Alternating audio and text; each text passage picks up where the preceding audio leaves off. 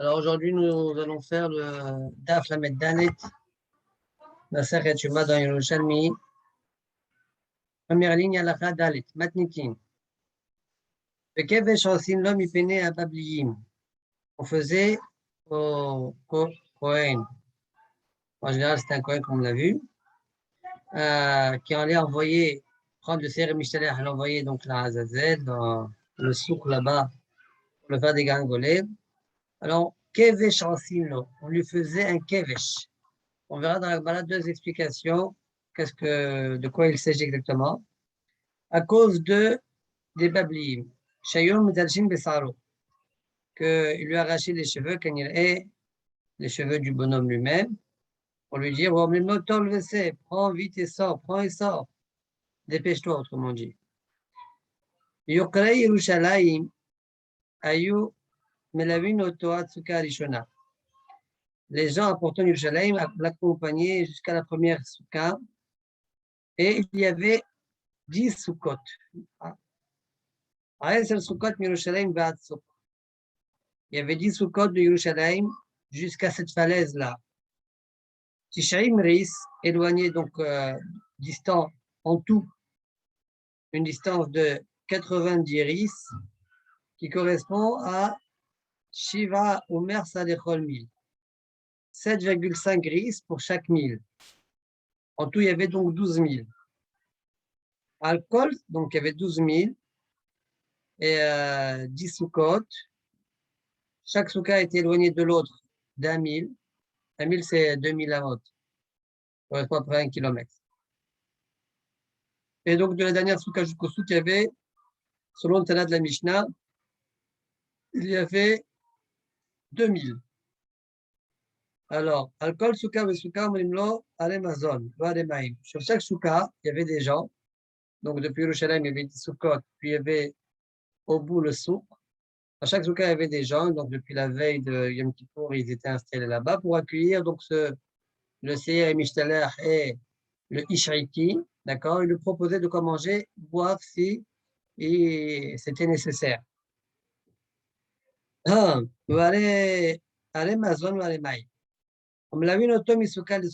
on l'accompagne d'une souka à l'autre. Les gens de la souka numéro 4 l'accompagnent jusqu'à la souka numéro 5. Les gens de la souka numéro 5 l'accompagnent jusqu'à la souka numéro 6, etc. Sauf la dernière souka, que là, il ne peut pas l'accompagner jusqu'au souk, tout simplement parce qu'il y a 2000, il ne peut pas dépasser 1000, comme Shabbat. Et donc, il peut aller que jusqu'à 1000. Et puis après, le dernier 1000, le Ishaiti avec le Seher Mishtalech s'en vont tout seuls pour faire la mitzvah de le jeter, de faire dégringoler. Et donc, celui qui l'accompagnait ne pouvait voir ça que de loin.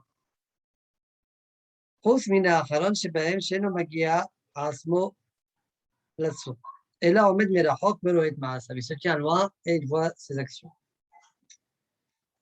Dit l'Agmara, It Tanei Tane, il y a dans des braïtot, il y en a qui enseignent.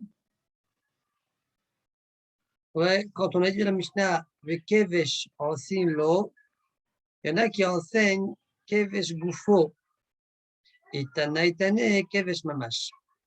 Il y en a qui enseignent Kevesh Mamash, c'est-à-dire une sorte de pou, d'accord, afin d'éviter à ce que les Babliim l'embêtent, le Ishaiti avec le Seher Mishtalech. Il y en a qui disent non. Kevesh Gufo, ça veut dire qu'il cachait son identité, quoi. Enfin, le Ishaiti et le Seher Mishtalech, ils étaient camouflés, comme ça ils s'éloignent des Babliim sans qu'ils s'en rendent compte. Ainsi, ils ne lui arracheront pas les cheveux. Amar Rabbi Hiya bar Yosef, Alexandriyin ayomrim, les gens d'Alexandrie disaient Ad matay atem tolim et aklala banoy. Littéralement, ça veut dire jusqu'à quand vous allez faire dépendre l'akhlala sur nous. Je ne comprends pas bien la phrase. De quoi l'akhlala sur nous? En fait, dit donc Aïda, Klomar, et dit Atem machin averot ador amunachin ala sa'ir. Pourquoi vous laissez ici les averot qui sont sur le sa'ir? Allez vite, vite. Allez-vous-en. Enfin, va-t'en. On parle au Ishaiti. Yakire Yerushalayim Mayum Elavin Oto Hatsuka Rishona. Là, on va voir une braïta, on va voir 3 dérangs. Comme cette braïta l'a rapporté aussi dans le Babli. Tane. Ça, c'est le Tanakh de la Mishnah, il y avait 10 Sukkot et 12 000. Rabbi Yehuda Omer, Sukkot betoch 10 000. Selon Rabbi Yehuda, il y avait 10 Sukkot dans 10 000. C'est-à-dire que, vraisemblablement, selon lui, la dernière Sukkot se trouvait sur le souk. Rabbi aussi Omer, Hamesh. Selon Rabbi aussi, il y avait 5 Sukkot. Le Kolan a l'aider à Hérouv. S'il y a 5 Sukkot, c'est qu'entre une 2 Sukkot, ouais, il va y avoir en général donc 2000. Alors, comment on pouvait l'accompagner de l'un à l'autre? Il faisait un Hérouv. Il mettait le Hérouv entre 2 Sukkot, et donc ils avaient le droit de l'accompagner jusqu'au Hérouv, donc 1000, et puis encore 1000 de l'autre côté. Et donc, il n'y avait que 5 Sukkot. Hamesh, le Kolan allait dire Hérouv. Vechen Amali Eliezer Beni. Donc, Rabbi aussi raconte que Eliezer, mon fils, il m'a dit, il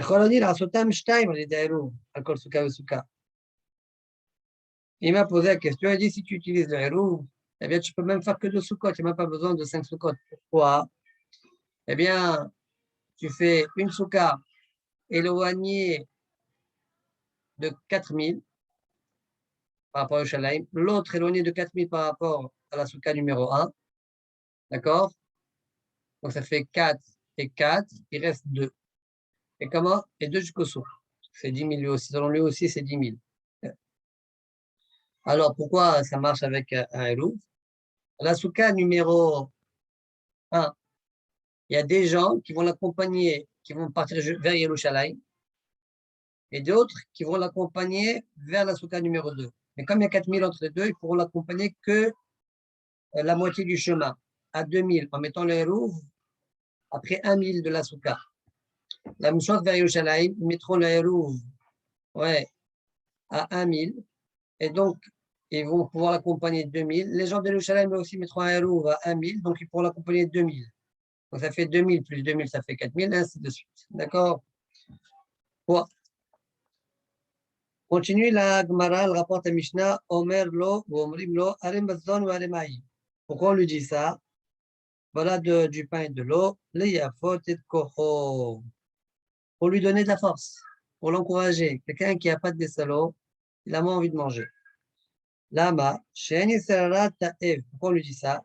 Parce que Ena Serara Ta'ev, elle a d'avoir Shua Solo. Lui, il ne désire que quelque chose qui lui est interdit. Là, sachant qu'il peut manger, il aura moins l'envie de manger. Tiada, Rabbi Mana, on m'a dit comme l'histoire suivante, Rabbi Mana, Salak Lemvakara le Rabbi Haggai. Un jour, Rabbi Mana est venu voir, il lui fait un biqour holim, Rabbi Haggai. Dawat Ashish, il était très faible. Amalé Sahina, Rabbi Haggai lui a dit, j'ai soif. Amalé Shte, il a dit, je bois. Tu as l'autorisation de boire. Dès qu'il lui a dit ça, il est parti. Alors, Rabbi Mana est parti, Shavke, Benahatle, et puis il a laissé. Batal Shahaz, après une heure, il est revenu le voir. Qu'est-ce qu'elle t'a fait ta soif? Qu'est-ce qu'il en est? Amalek Charitli Atatla. Il lui a répondu, Rabbi Haggai, quand tu m'as autorisé, eh bien la soif est partie. On voit bien de là, quand il y a l'interdit, que le désir est plus fort. Rabbi Yahya Barba, Awa Mishtaye Adin Ovada. Rabbi Yahya Barba, il avait l'habitude de raconter l'histoire suivante. Had Barna Shabbat Meler Beshuka. Son nom, Qurban Adé raconte que cette histoire-là, c'est Ayom Kippour. Donc, Had Barnash Awa Mishtae, pardon, Had Barnash Awa Meler Beshuka. Obrataime. Un homme était donc parti dans le chouk et sa fille avec lui. Amrale Bratea Basahya. La fille a dit à son père, papa, j'ai soif. Sahya Ana. Amala Orkin Sibhar. Orkin Sibhar, le Qurban Aïda, il traduit par Amten Me'at. D'accord? Comment ça rentre dans les mots Orkin Sibhar? Il faut chercher, mais en tout cas, c'est comme ça qu'il traduit. Elle lui a répété un petit moment plus tard, Amala, Amrale, Abba Sahya, Anna, j'ai soif. Son père lui a répondu la même chose, Amrale Ulkin Subhar, attends un petit peu, Umeta, et elle est morte. Il lui a pas permis, il lui a dit attendre, elle est morte. Point. Rabbi Acha Kad, Mafni Moussafa, Rabbi Acha, quand il finissait le Moussaf de Yom Kippour, Abba Amar, il disait, Komeon, Ahinan, oui, devant les gens qui étaient présents devant lui, oui, Man Deitle Maïnik, celui qui a un enfant, Yizil Bekiné, qu'il aille pour lui le donner de quoi manger pour qu'il ne soit pas Sakana. Point.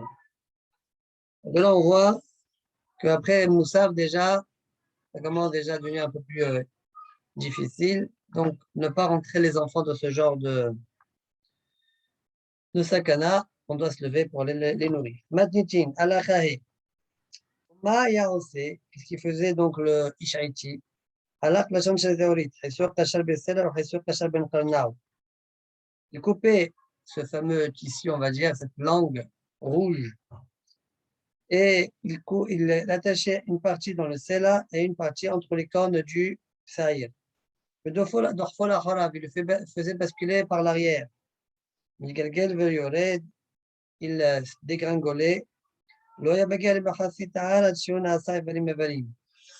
n'arrivait pas à la moitié de la montagne jusqu'à ce qu'il était démembré déjà. On a vu dans la Gemara plus haut, dans Daf Lamed Gimel Amud Sheni, d'accord, que ça c'était à l'époque de Shimon HaSadiq. D'accord, après c'était pas forcément le cas. Alors, Naasa Evarim Ba V'yashav Lo Tahat Asuka Harona. Puis, après avoir fait cette mission-là, il s'assied dans la souka dernière, c'est-à-dire celle qui était éloignée de lui de 2000, bien qu'il dépasse le Troum Shabbat, la Chie pose la question là-bas dans dans le Berdi, il dit voilà, même s'il sort avec autorisation, on a vu qu'on n'avait pas le droit dans Masechet Eruvin, on n'avait pas le droit de dépasser le 1000. Il dit c'est différent parce qu'il est seul, il est fatigué, d'accord? Donc, c'est pourquoi on l'a autorisé. Ah, c'était Archa. Mais Mataï, Metameb Gadjim, à partir de quand le Ishaïti, ses vêtements deviennent tamés, comme c'est marqué dans la Torah, d'accord? Alors il y a deux déroutes ici. Mishiatha Chomat Yerushalayim, depuis qu'il sort de la ville de la muraille de Yerushalayim. Rabbi Shimon Omer Bishaat Hiyato Lassou. Bishman dit non, depuis le moment où on l'a basculé dans le roche du rocher. Al-Bavi, ça rapporte une troisième déra, dès qu'il arrive, on ne s'est pas fait basculer. Mara, Barishona, Ayuk Oshinoto Bachlonotein. Au départ, le Lachon chez les Zéorites, chacun l'attachait dans sa fenêtre. Vieshmen Sheyaya Malbin, Vieshmen Sheyaya Majin. Il y en a chez qui le Lachon il blanchissait, comme on a dit, Miu Hataechem Kashem Kasher Yalbinu. Vieshmehen Sheyaya Majim. Il y en a qui rougissaient. Ou bien la Kavana, le Kavana Eda, il restait comme tel, c'est ça la Kavana de rouge, il restait comme tel, parce qu'il était déjà rouge. Bien non, tellement il a des avérotes que c'est devenu plus rouge que ce qu'il ne l'était déjà. Vayou mitbaïshin, quand ils rougissaient comme ça, donc ils avaient honte, hein, toute l'année, ils disaient, ah, t'as vu, toi, Hachem ne t'a pas pardonné. Ou bien, il dit, le Choban Aïdan, d'autres plus rouges, il dit, ils avaient honte des Umot Ta'olam. Shlo Yoda Davar Ben Aumot. Les nations ne le sachent pas. Votre Dieu vous a pas pardonné, ouais. Elou, Vayou mitbaïshim, Elou Me'elou. V'hadru Tashuto Bepitro Shelecha. Qu'est-ce qu'ils ont fait? Ils l'ont attaché par la suite dans le pétard du Echal. V'yesh Shanim Sheyem Albin, Veshanim Sheyem Ajim, Hadr V'chash Oto Basel. Parfois, il blanchissait, parfois, il restait rouge. D'accord? Hadr V'chash Oto Basel. Après, on a fait, comme on l'a vu dans la Mishnah, on l'a attaché dans le Sela, là-bas dans le Midbar. Tiv, Lechuna V'niwachha, V'gomer. écrit dans le pasuk, Lechuna v'niwach hayomar Hashem, im yuchatechem kashanim, kasher yelbinu, im yadim uchatora, kasem leyehu. Au départ, on parle que les fautes, elles sont kashanim, elles blanchissent comme la neige, qui est plus blanche que le semer, que la laine. Im yadim uchatora, ils deviennent rouges comme la tola, kasem leyehu, ils deviendront blancs comme la laine. Je répète, le sheler, la blancheur de la neige, est blanche, comme on a vu dans Malot Negaim, plus blanche, on va faire du au début, Pelech Rishon, le sheleg plus blanc que le semer. Alors, la question que la Gemara va traiter tout de suite, c'est pourquoi on dit Kashani, mais pas Kashani. D'accord, on va dire plutôt Kashani. Alors, Tane Rabbi Eliezer Omer, im yuchatechem kashanim, keben shamayim moares. D'accord. Alors, explique le Rabban Aïda. Shayur et Hokim Kashanim, Sheben, Shamaim la Ares, comme les années qu'il y a entre le ciel et la terre. Parcourir du ciel à la terre, ou bien dit ça correspond au même shiur, Mimizrach les Ma'arab. Si vos fautes elles vont de là jusque-là, eh bien, Kasher et Yalbino. Ils seront blancs, Kadosh Baruch Hu dit, ils seront blancs comme la neige. Par contre, Yotel Mikan, s'ils ont dépassé ce shiur-là, comme on va, il faut comprendre que ça veut dire dépasser, les avalot ont dépassé, d'accord, le zman de voyager du ciel à la terre. Au contraire. Mikan, Yotel Mikan, Kassem Eliyu. La Biosha Omer, Im Yochatem Kashanim, Kashne Avot. C'est quoi? C'est comme les années des Avot. Abraham, Isaac et Yaakov. Abraham, il a vécu combien? 175. Ishaq, 147. Et, non, Isaac, 180. Et Yaakov, 147. Combien ça fait en tout? Alors, ça fait 502 ans. D'accord? 502 ans. Donc, Im Yuchatechem Kashani, Akadosh Baruch Hu dit Kishne Avot Arishonim, comme les années des Avot Arishonim. Kasher Yelbinu, ils blanchiront comme la neige. Par contre, s'ils sont rouges, Katola, Kasem Leyu. Très bien, là aussi la même chose, il faut comprendre qu'est-ce que ça veut dire, les fautes, elles sont comme Kishne Avot Arishonim. Amar Rabbi Yehuda, Balpazi, Im Yuchatechem Kashanim, Kasher Yelbinu, Barishona. Le passouk parle quand tu as fait au départ la faute. Mais si tu récidives, alors là, ils ne vont pas être blanc-blanc. Ils vont être plutôt blancs, pas blancs comme neige, mais blancs comme la laine. Et miadi mochatola, kasem leyu, bacheni, quand tu refais la faute. Très bien. Donc la capara est moins grande. Vers la banane amrin, Hafamim explique autrement. Bisman sharontav shel adam qui fit shadav kasem leyu.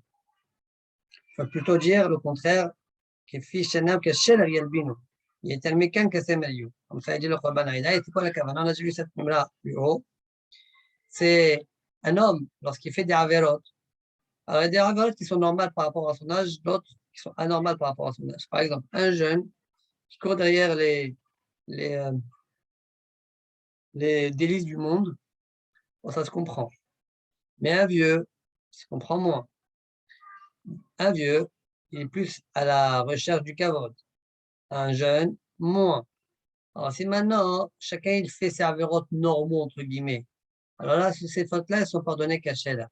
Mais s'il fait les fautes anormaux pour lui, ça veut dire qu'un vieux cherche les plaisirs alors qu'après priori cet aval est bien diminué, eh bien, ça, les fautes, Hachem, il les pardonne que Kassem. D'accord, comme là. Allah, waouh, Matnichin. Balo c'est la part, c'est l'assaïr anisravin. Après, le Kohen Gadol, il va, après avoir envoyé donc le Isheti, il va voir le par et le saïr qui doivent être brûlés. Il les déchire, il leur extrait les graisses qui doivent être brûlées et il les dépose dans une sorte de plateau. Donc, aussi, Temoraim Netanam Bemages, Vertilan Gabem Misbeach, puis il brûlera plus tard les maasé, Al Gabem Misbeach, sur le Misbeach. Ensuite, les animaux eux-mêmes, le saïr, le pal et le saïr, Klan Bemakalot, on prenait donc 4 Kohanim, chaque Kohen deux Kohanim prenaient une barre en bois comme ça, les deux, et donc on mettait les animaux l'un sur l'autre sous forme de tresse, coupée, toujours attachée avec la peau, sous forme de tresse. Ce qu'on dit ici, Qlan b'maklot. Ve'osian et Bet Selefa, et on allait les envoyer en dehors de Yerushalayim pour les brûler. Même ceux qui allaient brûler le pal et le saïr, leurs vêtements devenaient tmeim. La Gemara pose la question à partir de quand? Et maintenant, metamim gadim, Mishias ou Homat Azara. Première déa, dès qu'il sort de la Homat de la Azara. Deuxième déa, Rabbi Shimon Omer, Mishiasa Ur Beruban. D'accord? Dès l'instant où le feu prend la majorité de l'animal. L'animal a été brûlé en majorité. Voilà. Balo esel paro vechule. Anan tanin balo esel apar vesel aseiran israfi. Nous, dans notre Mishnah, dit la Gemara, on a enseigné qu'après l'avoir envoyé, le Ishriti, il allait voir par Vesaïr. On l'a vu dans le Mishnah. Mais il y en a qui enseignent différemment. Après avoir envoyé le Ishriti, il allait d'abord lire les parashiot. Et uniquement après, il allait voir le Paresaïr. Itana itaneba, tane, balo kohen gadol, likrot. Donc il y a une mahloukte. Comment était l'ordre? Amar Rabbi Hanania, Qara Mesaya le Matnitin. Dit Rabbi Hanania, a priori le pasouk aide plutôt le Tana de notre Mishnah. Pourquoi? C'est marqué dans la Torah, celui qui va envoyer le seir, il va devoir se laver les vêtements. Et juste après, c'est écrit quoi? Maktiv batre, ve'et parahadat, ve'et serahadat. Après, on parle du parahadat, serahadat. Donc, on voit bien de là que l'étape par saïr, elle est juste après l'étape du renvoi du seir mishtaléach. Amar Rabbi Mana, dit Rabbi Mana, c'est pas sûr, je peux aussi expliquer la vérité. Ça ne dérange pas le passo. Pourquoi? Filo ken, comme ça il faut dire. Ken de taninan, tanya baraya. Je peux expliquer le passo comme le tana de la braïta. Et qui est nash de salak mitveria siporin. C'est comme un homme qui va monter de Tveria vers Siporin pour y résider là-bas. Bien qu'il se trouve encore à Tveria, on l'appelle l'homme de Siporin.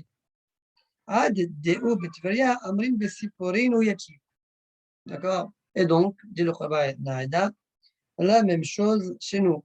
Puisque le pal et le saïr, ils sont déposés devant lui, d'accord? Ils vont être destinés à être brûlés. C'est la raison pour laquelle ils sont écrits dans le passouk juste après le shilouah du saïr mishtaler, d'accord? Après ça, c'est écrit par hatat, etc. Parce que ils sont destinés à ça. Pas pour dire que ce que je vais faire maintenant, je le ferai plus tard, après la prière. Comme il s'est destiné à cela, c'est comme c'était ce bonhomme de Sipori, d'accord, que lui, il est destiné à partir non, de l'homme de Tveria qui est destiné à partir de Sipori, qu'on appelle déjà l'homme de Sipori. Là aussi, on dit déjà ce qu'on doit faire du pas de Vesaïr, bien qu'on ne va pas le faire tout de suite maintenant, puisqu'ils sont destinés à ça. Bon, Baruch Adonai Le'olam, Amen, Amen.